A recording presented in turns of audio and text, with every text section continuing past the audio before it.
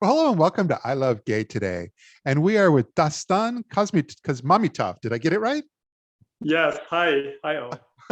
And you're in Berlin right now. Exactly, yes. I'm in Berlin, That's where we met. Germany. We met at ITB, one of the largest travel expos in the world, and there was an LGBT component and Pink Pavilion, they called it. And you and I connected there about 2 years ago with some of the work you do. Yes, exactly. Yeah. Yeah. We talked about the campaign that I started 3 years ago, Pink Yeah. Summits. So we were LGBT mountaineers who are ascending the highest mountains in the world Yeah. for LGBT visibility. And you've already done a few of these, right? And with the website and your all the info, it's pinksummits.com. But you have it looks like you've done some, but you've got a whole lot of summits to scale here in the near future. Exactly, yeah. Yeah, so we started from, let's say, so it's like smaller mountain, but so we were on the on Mount Kosciuszko, for instance, in Australia, Kilimanjaro, of course, in Africa, and Mount Elbrus in the highest mountain in of Europe, but it's in the Caucasus in Russia, and it was probably one of the most difficult trips for me, not because of the mountain, but because of the homophobia in that area. It's very conservative part of Russia, and actually in Chechnya, very close to that mountain, people like us are being killed and tortured in the prisons. So I was really worried about, especially that mountain. Yeah, and last year we were supposed to go to Mont Blanc, the highest mountain of Western Europe, and to Aconcagua in South America. But because of the pandemics, we were not able to do that. Yeah. So, but we're planning to do it this year. Okay. Yeah. Yeah, no, I know it's everything got disrupted. I was even planning to be back in Berlin again this last year for ITB, but everything's been on hold. Yeah, but hopefully, thanks to the vaccination campaign, it will be easier for all of us, especially in the tourism sector. Yeah. But what was your inspiration? What made you decide to start all this? Did you have a passion and a life before of just mountaineering and so forth?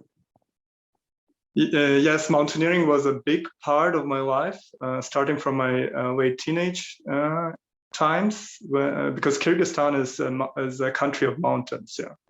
And I was in the sports club for rock climbers and mountaineers in Kyrgyzstan. But it's like the first biggest reason. The second reason was that I was quite active in LGBT activism in Kyrgyzstan. Yeah. And that's a country that has a lot of problems with the LGBT rights, with the violence and discrimination. And I also faced a lot of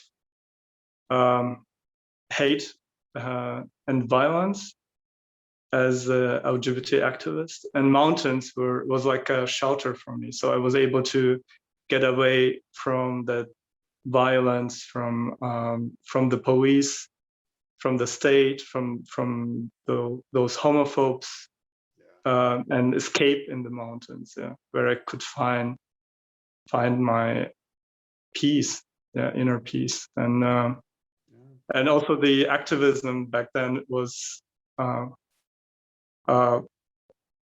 It was dangerous, but also it was like requiring a lot of work, so to say, or for like it was a huge psychological pressure, and we all experienced some sort of burnout because we had to listen to all those stories of people around us, also of our friends who faced violence from intimidation or blackmailing from the police, for instance, or who were kicked out from their houses by their parents. And after that, I needed a place where I could just like get away from all of this, and the mountains were helping me to do that. And you take others on your tours, especially upcoming, so others can kind of share your journey, share your story, and become a part of all this with you. Exactly, yeah, because I want to show that like we are not alone, in this journey, and it's great that like people are joining us, and like everyone is welcome to join us as well, and not necessarily to do all the mountains, but it would be great if people join us to, for instance, to Aconcagua in South America, or to Denali in North America, but because it's a huge message for many people around the world, especially for young people, especially in such countries as mine, as Kyrgyzstan, that we are not only victims of violence and discrimination and hate, but despite of that, we are able to be also heroes and to do those great epic things. And I also got a lot of messages from Kyrgyzstan and from the whole region, of young people being inspired by this. So, and this is like, I think we are doing it for that reason. Yeah. I'm hoping, not just through this, but through your work this year, more people need to know your story. And I'm even hoping, I don't know if you're planning to come to IGLTA in Atlanta, where it's one of the largest LGBT travel organizations in the world, and they had some folks there at ITB. But in addition, they're going to be in Milan next year. So one of those two, hopefully, we'll be able to see you, and you could share the story with their audience as well. Yes, because it's this campaign is not only about like ascending those mountains, but building up that visibility about LGBT rights, and about the issues that we face, but also about the things that we can achieve. We're working on that. So we want to be vocal, visible, and loud. Yeah. Well, I look forward to all that. And I'm just really glad that you were able to take a few moments out of your time to share your story with our audience. And like I said, I do look forward to being able to reconnect again in the real world. Thank you so much, for sure. Yeah, let me know if you're in Berlin as well. Absolutely, will do. Well, great seeing you here. Yeah. All right. Thank you so much. It was overwhelming for me personally to stand there with the rainbow flag. Mount Elbrus in Russia was one of the most dangerous trips that I did, but not because of the mountain itself, but rather because of the homophobia around and of the state. People like us, like me, gay men are tortured and killed in prisons. I was held by the Secret Services of Russia, FSB, for 6 hours. They interviewed me, but we managed to get to that mountain. Activist Dastan Kasmamytov is scaling 9 of the world's highest peaks and planting the rainbow flag at the top. His Pink Summits team is fighting for LGBTQ+ visibility all across the globe.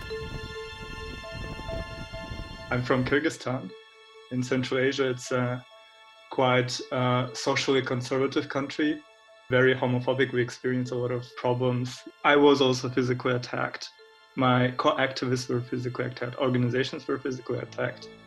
When Dastan decided to come out, his family took him to a magician and religious leaders to try to cure him of being gay.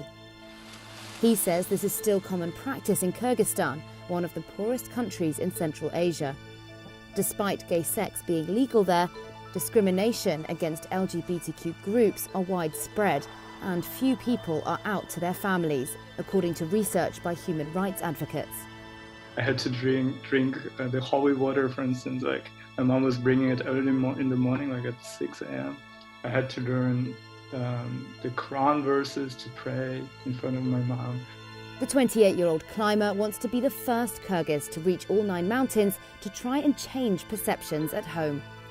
His first stop was Mount Elbrus in Russia, then Mount Kosciuszko in Australia and Kilimanjaro in Africa, gathering teammates along the way.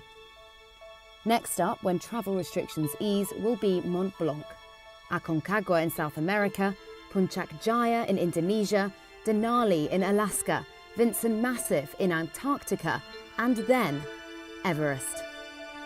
I am super nervous, frightened as well, concerned. I need a lot of training for sure.